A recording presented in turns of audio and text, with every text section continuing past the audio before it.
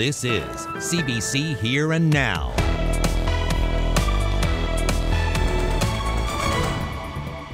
It's just so hard to take in that he could be gone in such a tragic way.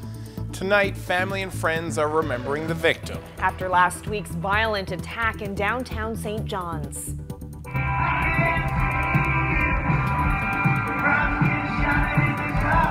Just like old times? Concerns over COVID restrictions at the George Street Festival. It was a fairly fall-like feeling weekend. We do have some rain on the way, and we're also going to watch for the remnants of Tropical Storm Ida.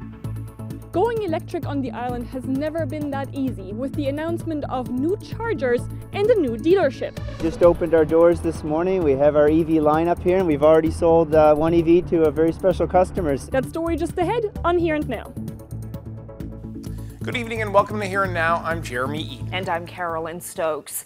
Well, there is a small COVID cluster in the Western Health region of the province, and 9 new cases were reported today. Now that brings the total number of cases in Newfoundland and Labrador to 21. The majority of today's 9 new cases are close contacts of a previous case in Western. The initial source is still under investigation. There are 7 confirmed cases connected to that cluster in Western Newfoundland so far. Now those people are all in isolation and contact tracing is underway. The other 2 new cases from today are related to travel within Canada. Shifting now to central Newfoundland, Public Health has released a string of potential exposure sites in that region. It's asking anyone who visited these locations in Grand Falls, Windsor and Gander last week to arrange for a COVID test. There are 8 locations listed, ranging from supermarkets to shopping stores in the Exploits Valley Mall. And you can find all the details, including the specific times for each location on our website. That's at cbc.ca/nl. 9 new cases. Some people in the province are concerned about the lack of COVID-19 restrictions that they saw at the George Street Festival in downtown St. John's over the weekend. The CBC's Meg Roberts has more. Take a look at these 2 pictures. They may seem similar, but one was taken during a pandemic. This was George Street Festival in 2013, and this was taken on Saturday night. The festival has received criticism for not following COVID-19 recommendations. Step 2 in Newfoundland and Labrador's reopening plan says outdoor gatherings are allowed up to 500 people, though physical distancing is still recommended. But there didn't seem to be much distancing happening Saturday, and people took note. This is what Premier Andrew Furey had to say about it when asked during a press conference this afternoon. Dr. Fitzgerald, the government has put in place significant recommendations, and we hope and it's expected that people abide by them. That includes social distancing and limitations on certain gathering sizes. But we will certainly be looking closer at what occurred on the weekend. I spoke with someone who worked at one of the bars over the weekend. She says she was surprised to see no mention of COVID-19 anywhere and said very few people were wearing masks. She said events of this magnitude are supposed to take public safety into consideration. She says there's normally safety information reminding people of things like where fire escapes are in the event of an emergency. She told me she expected there'd be similar safety information related to COVID-19, but there was nothing. Now, according to City Council reports, Council recommended masks be worn at the event. I reached out to Council, though no one was available for comment today. I also reached out to the George Street Association, who says it's reviewing the matter internally. No one was available for an interview. CBC has also reached out to Public Health with a number of questions and is still waiting to hear back. It's unclear if there will be changes to the festival's COVID-19 protocols moving forward or what the next few nights will look like down here on George Street. The next show is slated to start in just under an hour. Meg Roberts, CBC News, St. John's.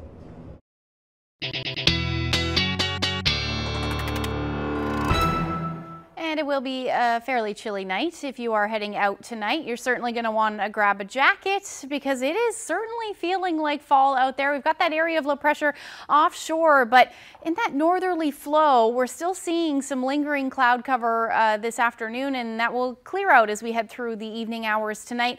We do have that ridge of high pressure just to the south. That's keeping things relatively clear for the rest of the island, and then we're watching our next weather maker move in. That is an area of low pressure that will move in. It's also going to bring some showers with it as we head through the night tonight. Now, taking a look at the temperatures in Gander, didn't really move too much tonight or this afternoon. Temperatures generally into the teens with those winds out of the north.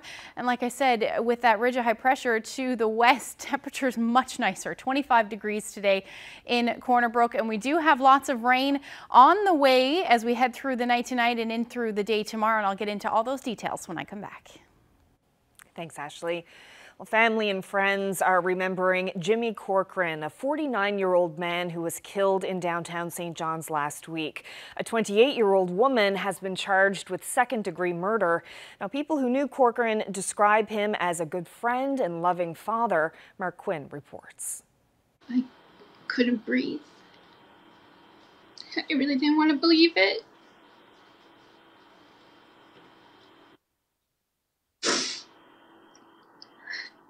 It's just so hard to take in that he could be gone in such a tragic way.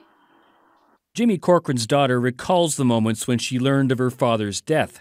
Garnier, who lives in Montreal, says her father loved to laugh and loved to make others laugh too. He was a great father. He always did what he can for us growing up. He always took us out and took us on adventures and always told us stories and always tried to make us laugh no matter what the situation was in our lives. He always made us happy. Corcoran died after police were called to Carter's Hill on Thursday evening. There has been a warrant for Lorraine Obed's arrest after she failed to appear in court many months ago.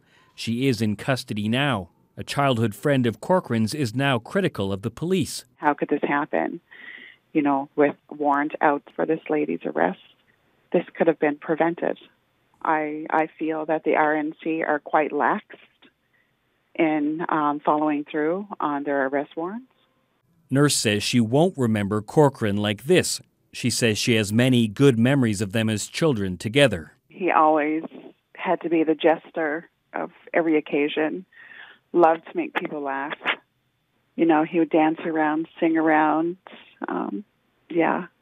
Just loved to make people laugh. Corcoran had 3 children as well as a grandchild he had yet to meet because of COVID restrictions. Corrina Nurse has set up a GoFundMe page online to raise money to bring Corcoran's family members home for his funeral.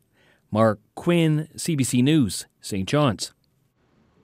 For the first time since taking the Premier's office, Andrew Furey met his counterpart in Quebec in person. For a few hours this morning, Furey sat down with Quebec Premier François Legault. This trip also marked the first time Premier Furey has traveled outside the province in official capacity. The pair discussed a wide variety of topics, including economic opportunities for the North, green energy transition, reconciliation, mining opportunities, and COVID-19. Now, earlier this afternoon, Furey held a virtual press conference, offering reporters a chance to ask 2 questions apiece. We discussed Muskrat Falls, and he was supportive of the agreement with the federal government, was happy to see that this came to a conclusion for Newfoundlanders and Labradorians. And it was, as he's expressed in the past, I believe, in public, supportive of the fact that we were able to conclude this with our federal partners. Now, Furey stressed multiple times that these talks were more or less an introduction meeting between the two. But it would be hard for the leaders of Quebec and this province to sit down and not talk about the Upper Churchill and the possibility of Gull Island. Both provinces know that there is going to be increasing demand for clean, green energy, and that represents a significant opportunity.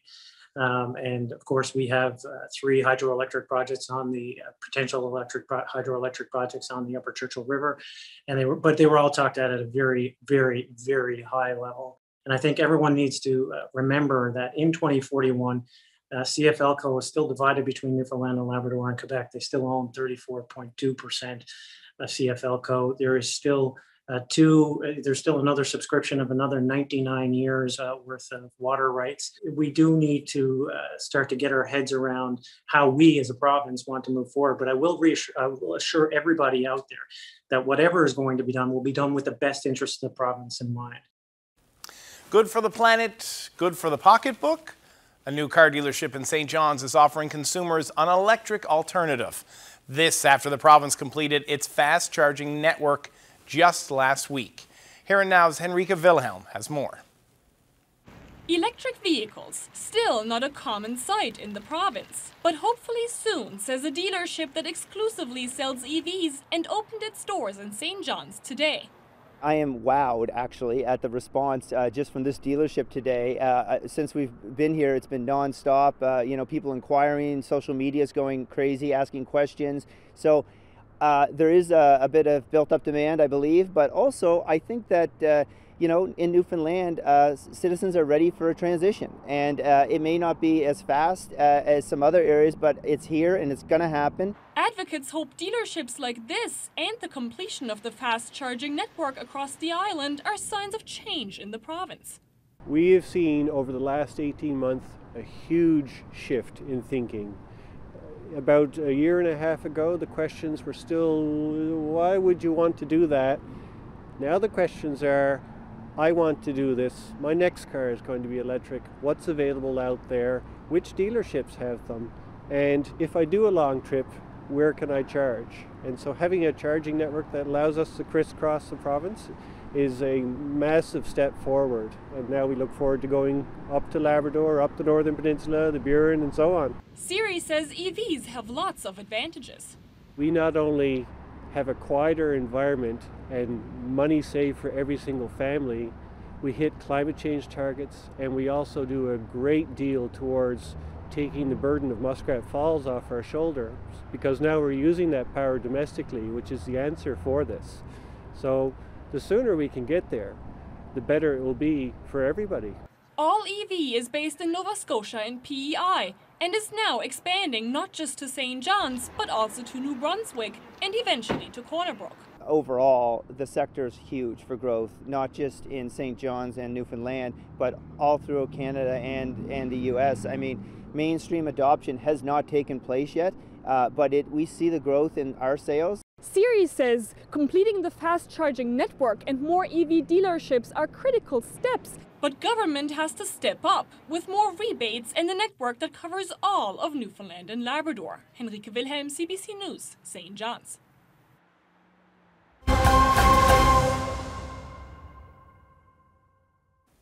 From 5th to 3rd, what a weekend for Katarina Roxon and Team Canada at the Paralympic Games. Long has a 15th gold medal. Italy have the silver medal here again, and Australia claim the bronze. Oi, but Australia didn't keep that bronze. As I said, Canada's women's relay team initially came in 5th during the 100-meter freestyle relay, but in a surprise twist, both the British and American teams were disqualified for their early takeoffs during the second exchange of the race. An utterly sensational swim to come home for Canada. Her second bronze of these games. And there is Team Canada claiming their bronze medals. It's not over for Roxon either. Tonight, the swimmer from Kippens competes in the 100-meter freestyle event at around 11 p.m. Island time, 10:30 in most of Labrador. Good luck with that. Well, despite the pandemic, it's been a banner year for participation at the Rainbow Riders in St. John's. For 30 years, the group has offered therapeutic horse programs for people of all ages with physical, cognitive, or emotional disabilities. COVID and all, this has been their best year yet. The mission of Rainbow Riders is really to offer services and wonderful life experiences for individuals with disabilities and special needs. Working closely with the horses really does help to teach them empathy and gives them some of those social skills that are very transferable to their day-to-day lives. It's been a really interesting couple of years, and like everyone, we faced a lot of challenges with the pandemic, with multiple lockdowns. We did have a couple of riding semesters that had to be canceled, which was very sad. But in spite of all of those challenges, we did actually manage to continue growing our program. And part of that could be because of the fact that horseback riding, you are able to physically distance fairly well. So even in a riding lesson with 4 riders inside the arena, you can still manage to physically distance fairly successfully. This past spring, we had a record 75 or 76 participants registered, and then this summer we actually passed 100. I think the final number was somewhere around 103, 104 participants, which is completely wild, and that's due to the hard work of all of our incredible volunteers and our wonderful staff, full and part-time staff that we have, and our program director, Erin O'Reilly, who has worked really, really hard to make sure that we can keep going. We hear lots of wonderful stories from parents and participants about the confidence that riding gives them, about the sense of pride that they feel, and also you know, there's little success stories that we hear about all the time. We have several riders, for example, who come to the barn in a wheelchair, and they tell us that, you know, their horse gives them legs, which is pretty magical, pretty fantastic. The future's looking bright right now. Even during the pandemic, we've started several brand new programs, school groups, pony pals for younger equestrians. And we're just looking forward to offering our services to as many people as we possibly can. And also getting more of our instructors certified so that we're able to teach more and more people. That's been a big goal for us as well.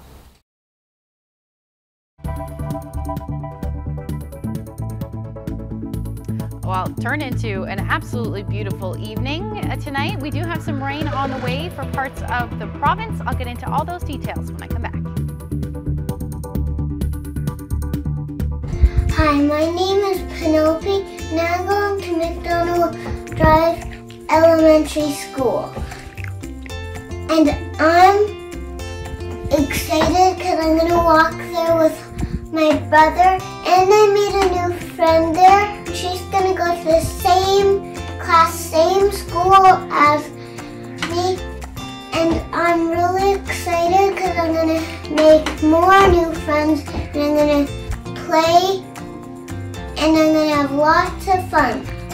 My name is Ryan Young, and I'm going to Torringate Island Elementary School, and I can't wait to play with the friends and all the toys.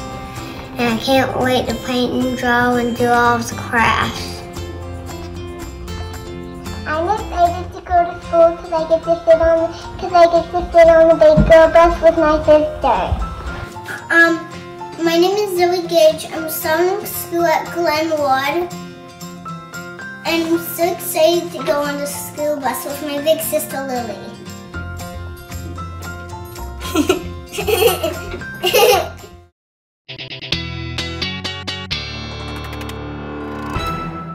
So cute. So sweet. Little Lily there peeking I out. know. So adorable. Thank you so much for sending us your back to school message. Just fills us with delight. Plenty of students, of course, soaking up the last days of summer. And speaking of these last few days, some incredible weather over the weekend. One of the most powerful hurricanes to hit the U.S. mainland has now weakened to a tropical storm. Yes, but Ida is leaving behind some damage, some down power lines, thousands of flooded homes, and just a path of destruction across Louisiana and Mississippi.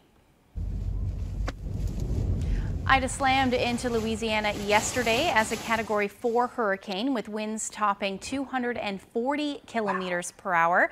The storm surges were so strong, it briefly reversed flow of Mississippi River. Incredible. Nearly 2 million people across the U.S. lost power. Rescuers have been using boats and helicopters to get to more people trapped by the floodwaters. Not to mention the pandemic, of course. Now there's concern that people who were forced from their homes to live in close quarters, well, that could cause a spike in COVID cases. So, yeah. Lots going on. Concern in the days to come for sure. And how about for us? Are we going to get any of Ida? Yeah, it is going to head our way. At least the remnants of the storm will head our way. Let's take a look at what's happening right now. In fact, now it's Tropical Depression Ida. It has weakened over Mississippi. Those winds now topping out at about 75 km/h wind gusts. And as we head through the next couple of days, that area of low pressure is going to continue to track up through the states, bring some heavy rain with it as well. Now we're watching what happens as it gets back out over the water. Now the water is above seasonal at this moment, or at this time, but we could still see a little bit of strengthening as we get through Thursday into Friday, but we're certainly going to watch this one. It does look like we will see the remnants, though, as we get into Friday afternoon. Some rain certainly possible, which could be heavy at times for parts of the province, or at least mainly the island at this point, and then we'll likely see some gusty winds with that one as well. So certainly going to keep an eye on that one, and if you're planning on taking the ferry at all this weekend, you're certainly going to want to keep an eye on that storm as well. Before we get there, though, we do have some rain on the way that isn't associated with Ida, and that's an area of low pressure and an associated trough that's going to roll through as we head through the night tonight. Some showers already over the maritime provinces that will head in as we get through the night tonight. But temperatures right now still beautiful on the west coast. 21 degrees tonight so far in Corner Brook. Temperatures up across Labrador into the teens, and that's where we're sitting for the northeast as well. And that's thanks to that northerly flow. But we will see things change as we head through the day tomorrow as those winds shift and all of that rain moves in. So it does look like it'll be fairly heavy at times through the night tonight for parts of Labrador, and then it's going to head towards the west coast as we get into the early morning hours. Likely after midnight's when you'll start to see it for the southwest, and then it'll spread towards the rest of the west coast and along the south coast as well as we get into the early morning hours tomorrow. So temperatures will stay in and around the teens for the most part. The winds will ease as well. They're still going to stay a little bit breezy up across Labrador, anywhere from 20 to 40 km/h. Areas through central, as we see some clearing skies tonight, temperatures will drop, maybe some patchy frost as well. But overall, temperatures in St. John should sit around 10 degrees with those winds finally easing through the evening hours tonight. So tomorrow that rain's going to pretty much spread right across the board. Looks like the heaviest rain will be along the southern portion of the island. Parts of the southwest may see some heavy rain at times as well, but most of us through the afternoon will be seeing rain right across the province. And then that will generally continue as we get into the evening hours as well. Just likely some showers or some drizzle for coastal areas of Labrador. This area of low pressure doesn't really move much, just the troughs that move through, and that's why you're going to see all that rain stick around up through parts of Labrador. So that's where most of the heaviest rain will be. We should see some areas could see 20 as much as 40 millimeters of rain for you as you get into Wednesday morning. Most of the island will be in that 5 to 10 millimeter range, but again along the southwest and along the southern shore we could see anywhere from 10 to 20 millimeters of rain. Temperatures tomorrow a little warmer than what we're seeing today. We should be into the mid to high teens, 19 degrees for St. John's. Those winds are going to pick up a little bit, but that wind shift, southeasterlies, about 20 to 40 km/h through the day tomorrow. Again, some fog certainly possible as well as we head towards central. You're looking at your temperatures anywhere from 14 to 18 degrees through the day, and then towards the west coast as well. The winds will be a little bit breezy in the morning out of the southeast, about 20 to 40 km/h. But then as that trough moves through, we should actually see those winds drop off a little bit. But overall, your highs will be in the teens. And then you'll also note they'll drop as the day goes on by a few degrees. For the northern peninsula, you're looking at temperatures in and around the 10 to 11 degree range as well. And then similar temperatures as you head towards Labrador, Lab City. We'll see a high near 16 degrees. So that's a look at tomorrow's forecast. We'll have a look ahead when I come back. Thanks, Ashley. Thanks, Ashley. Quite the sight at the Geo Center on Sunday. About 700 people headed there for Blocks on the Rocks, a showcase of more than 100 different displays. Adult Lego building group Newfoundland put off the event. Take a look at this. We have everything here from mosaic art right up to a giant model of the Ocean X Conagra that's 10 feet long and consisting of over 100,000 pieces. We have things from Star Wars, castles, science fiction, fantasy, basically whatever somebody wants to build out of Lego, we have it on display here today. Most of the things we have on display are built right out of people's minds, brick by brick, their own creations. We do have a fair number of sets on display, some of the more elaborate ones. We did had to turn some people away. We had a lineup reaching all the way to Signal Hill from the front door of the Geo Center when we closed the event at 4 o'clock. And as of right now, it's 3:30 on Sunday, and it looks like we may be on track to turn some people away again. I'm basically addicted to Legos. I'm what you call a Lego addictor. I'm what you call a Lego addict. I'm here today at the Geo Center for the Lego event with my two kids, Chase and Faith. They love Legos. My son is an extreme Lego builder. He builds all the Technic sets now and he's super excited to get inside. So we're the last in the lineup, hoping to get in today. On Saturday we had between 650 and 700 people. We don't have the numbers for today, Sunday, but it looks like at least that many or more. It's really heartening to us as builders that people are interested and they want to come out and see what we've done.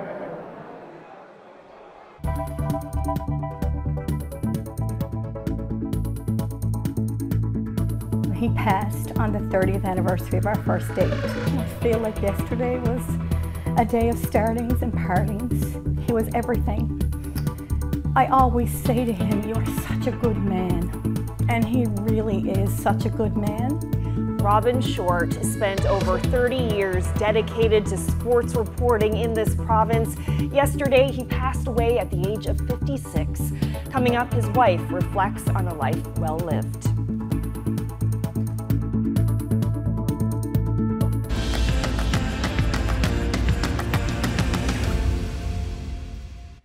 Some sad news to pass along. Well-known St. John's journalist Robin Short died yesterday.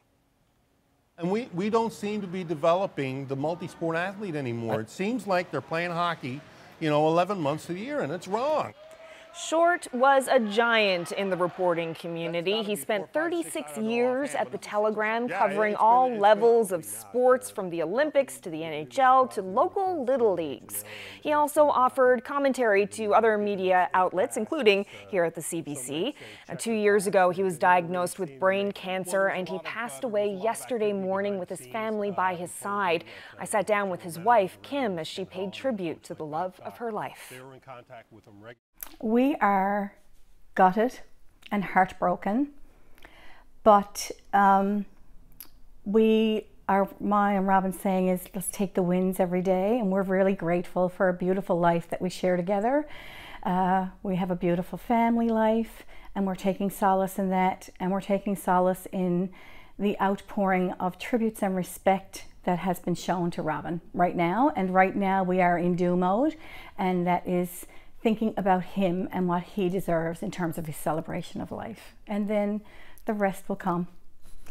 And what have people been saying to you about his passing and about Robin, his life?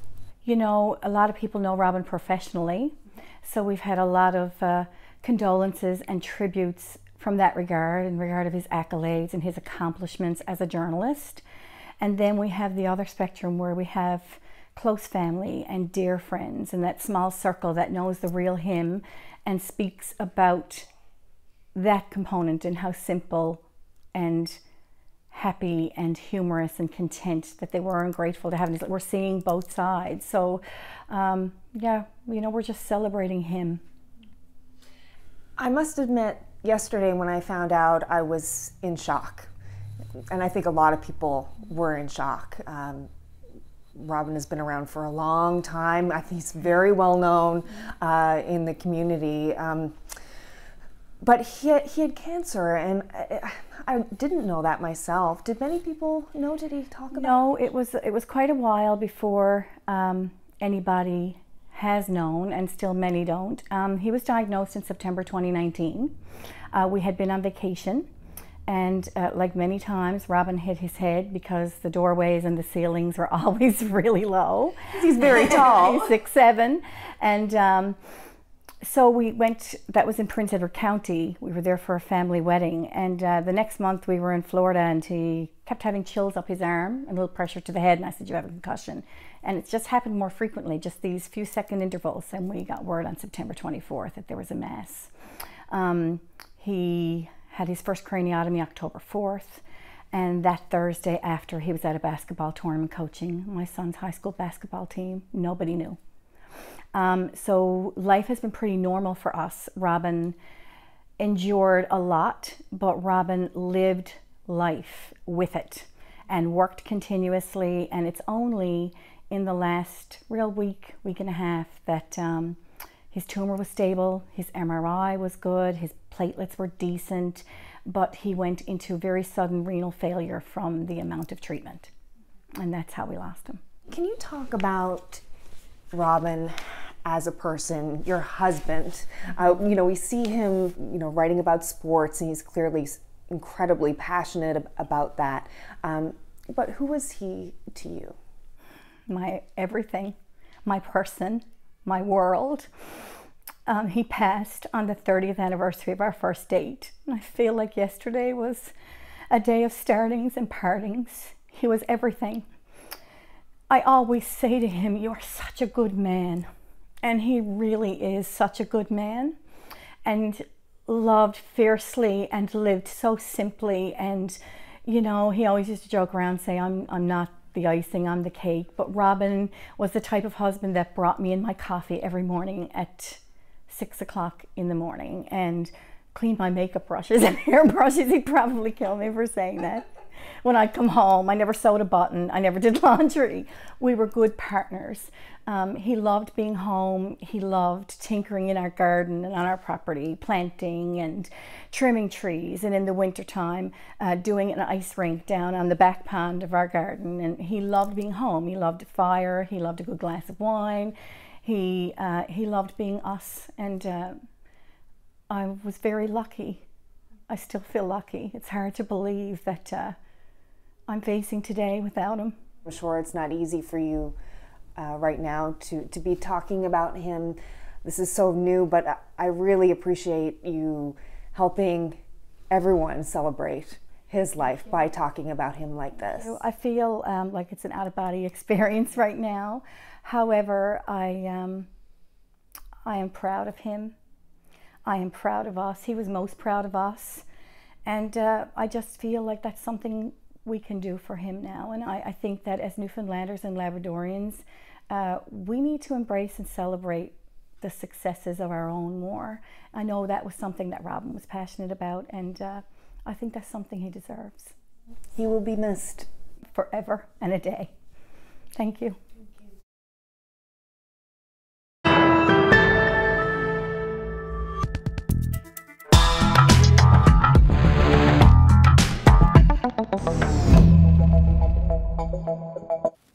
It looks like the campaign trail is getting riskier for Liberal leader Justin Trudeau. He was met again with angry protesters yesterday at a stop in Cambridge, Ontario. Arrest Trudeau! Arrest Trudeau! Why are you arresting Trudeau? Hey, you're obligated to tell us. Arrest Trudeau! Arrest Trudeau! Why are you arresting Trudeau? Hey, you're obligated to tell us your badge number. Why are you protecting the people? So as you can see there, people gathered, many of them maskless, outside the event, holding signs criticizing the COVID lockdowns and vaccine mandates. Some protesters uttered death threats against Trudeau. Others hurled racist and misogynist insults at the officers in his protective detail. So this is day 16 of the federal election campaign. Trudeau continued with the environmental theme he launched over the weekend. Today, he pledged to spend $1 billion over the next 10 years to protect Canada's lakes and rivers. Stephen Harper had protected less than 1% of our marine and coastal areas, and in the 6 years since, we've boosted that to 14% and on our way to 30%. Now, Trudeau says the Liberals will overhaul federal water regulations, and he also pledged to complete the formation of the Canada Water Agency to protect fresh water. We know criminals who hurt animals don't stop with animals. There is an established link between cruelty to animals and violence towards humans. This link makes it critically important that cruelty towards animals be taken seriously by law enforcement. Meanwhile, Conservative leader Aaron O'Toole says his party will toughen animal welfare legislation. He pledged to ban puppy mills and target the unethical importation of animals. The Conservatives would also add animal abuse as an aggravating factor in cases of domestic abuse.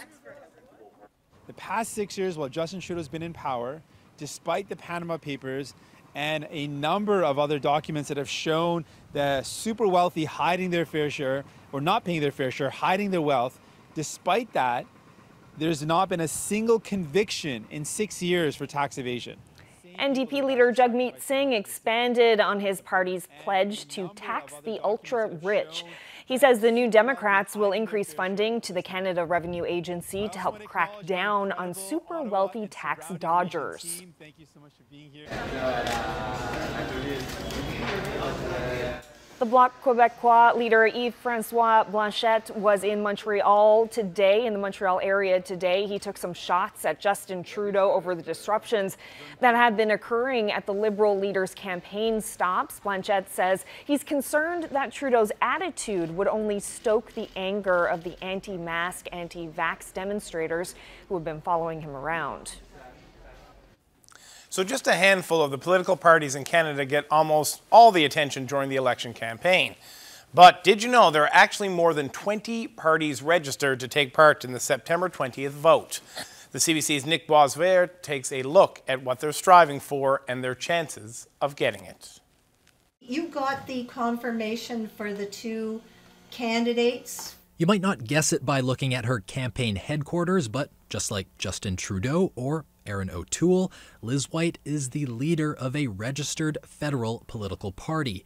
It's just that hers has essentially no chance to form government. For a party like ours, the likelihood of us getting elected is very, very small. In fact, probably not at all. The Animal Party is just one of the many lesser-known parties that show up election after election. The John one's in here. None have been at this longer than the Communist Party of Canada, which is about to celebrate its 100th anniversary. If you want more of the same, keep voting the way you're voting in the last election. About 4,000 people voted for the party in that last election. They're hoping for more support this time around with a platform they describe as a people's recovery from a capitalist crisis. Don't use your vote against, use your vote for something this time. Almost 65,000 Canadians voted for minor parties that didn't win a seat in the last election. That's not including the People's Party of Canada, which won 1.6% of the vote nationally in 2019, a number many small parties would like to replicate. Still, observers say the biggest barrier facing small parties isn't even popularity. They cannot get enough votes to gain seats in the type of Westminster system that we run. The Liberals said they would scrap Canada's first past-the-post system in 2015, but they never followed through. To the Animal Protection Party, electoral reform is basically their only long-term hope. We are in the process of building the party and preparing for a time when Canada might very well implement proportional representation. The odds of that don't look good right now either. Of the mainstream parties, only the NDP and the Greens are still pushing for electoral reform. Nick Boisvert, CBC News, Ottawa. Well, Canada now has a dozen medals at the end of Day 6 at the Tokyo Paralympics. CBC's Devin Haru is there and has the latest on how Canada's athletes are performing. Halfway through the Tokyo 2020 Paralympics, the competition's starting to intensify. No doubt another medal for Canada here today. That brings the tally to 12. Another medal coming at the Tokyo Aquatic Center. It's been a magical venue for the Canadians throughout the course of the Olympics and Paralympics. 11 medals won. The latest medalist, an 18-year-old swimmer from Moncton, New Brunswick, Danielle Doris, in her second game, swimming to silver in the S7 100-meter backstroke event. She touched the wall first at the turn, held on for second. Like I said, her second games 5 years ago, she made her debut in Rio at the age of 13 on the the podium here tonight. Some mixed results in the team sports. The goalball team, the women's goalball team, eliminated from competition after a 4-2 loss to China. The men's wheelchair basketball team, a massive victory over Colombia to start the day. It means they're into the quarterfinals, moving on at the tournament. And mark this one on your calendar. The Canadian women's wheelchair basketball team with a rivalry game against the United States. It goes 11:30 p.m. Eastern Time back home in Canada. 6 more days of competition here at the Paralympics. Devin Haru for CBC Sports in Tokyo.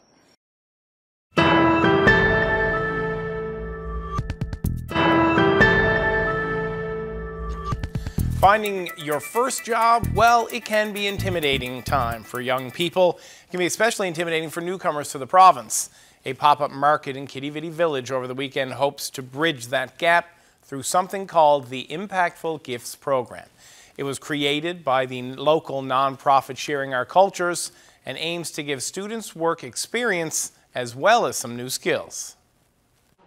We realized there were a cohort of students who didn't have work experience, and as such they couldn't get any work. So all summer, some of them, their parents couldn't afford to put them into camps or activities, so they didn't have anything to do. So this year we decided that we will run the Impactful Gifts program, which will teach them various employability skills. We received financial assistance from the provincial government, which was our startup funds, to get the machines and the computers and to set up the place for the students that is safe and accessible, and that's what we did. So the students came and they learned how to sew, and we created the unique bags that are reusable and reversible, and also it gives them an opportunity to connect with the community and to give back to the community, because we are purchasing those materials locally. By having Sharing Our Cultures and students share information about their countries, their culture, their way of life, their languages, it helps the local people get to know more about them, and it also helps them integrate into the community, so they have a sense of belonging and a sense of place where they are, because this is now home for them. You really get to connect with a whole bunch of variety of different cultures here, and there's so many amazing people. And aside from that, you get to experience so many workshops, and our instructor is great too. So we learned how to sew, and we learned a lot about how to battle financial literacy. We are getting more people to buy our bag, but I didn't have that experience, like how I can talk to people when they come. But now it's helped me to manage. I can talk to people.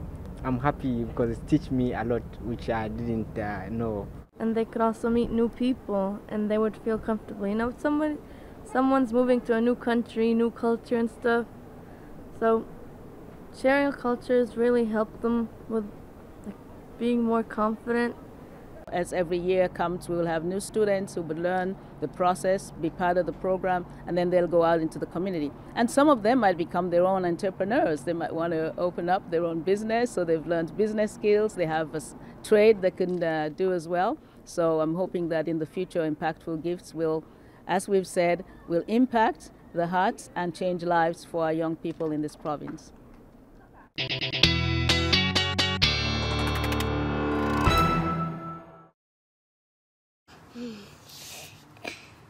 Mom, it's a beautiful day, but it's gonna rain. Is it gonna rain? No, it is. Really? No. We might even hear some thunder, hey? Nah. It really likes thunder. See those thunder clouds? Yeah. Those thunder clouds. Oh. And what does the thunder sound like? It's like boom! Absolutely adorable. That was 2.5-year-old Nora Hines from CBS. I see a budding meteorologist there. That's when I found well, I was 5, but that's when I found my love of meteorology. You were 5 years old? I was when I loved when I found that passion. Yeah, and I was scared of thunderstorms. She loves them, so she's already ahead of the game. Great job, Nora. Yes. That was excellent. It was excellent. Okay, so time for the long range. Things are cooling down so much. It does kind of feel like Mother Nature just kind of flipped a switch. Totally. Yeah. Don't worry though. It does look like we've got some warmth coming back. Good. a little longer from now, but let's take a look at the forecast over the next couple of days.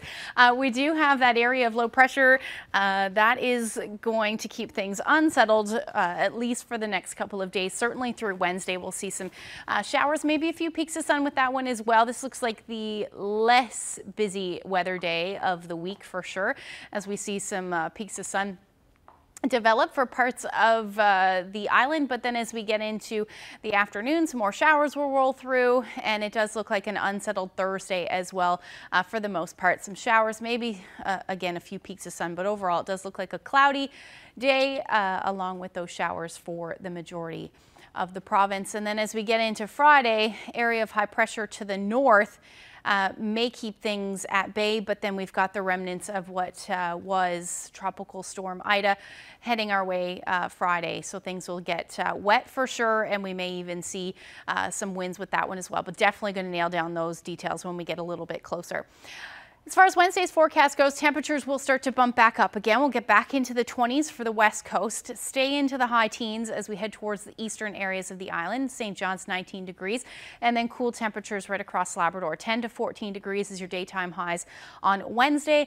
And they're not moving too much as we get into Thursday, but that ridge of high pressure will start to dominate the northern portion. So you'll see a mix of sun and cloud through the day on Thursday, and then keep those rain icons in for pretty much the rest of the province.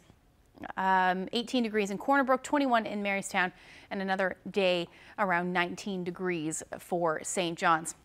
Like I said, Friday's when we should see that rain move in for St. John's and eastern Newfoundland, and keeping that temperature around 16 degrees, 19 as we get into Saturday. So we're not really seeing too much in the movement of the temperatures, and it does look gray right through Saturday. Things improve likely for the end of the weekend, so we'll keep an eye on that one. And then for central Newfoundland, you're looking at a same forecast as far as temperatures go, 14 to 15 degrees through central areas. Western Newfoundland, you're looking at a similar forecast. And then up across eastern portions of Labrador, finally going to see some clearing skies for both Friday and Saturday. Great shot, foggy view in Burin Bay. Thank you to Nina for sharing, or Nina for sharing that one. If you have any weather photos, send them to nlphotos@cbc.ca. Great shot.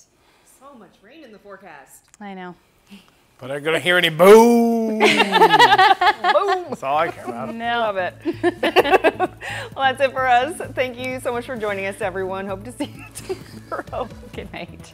Good night.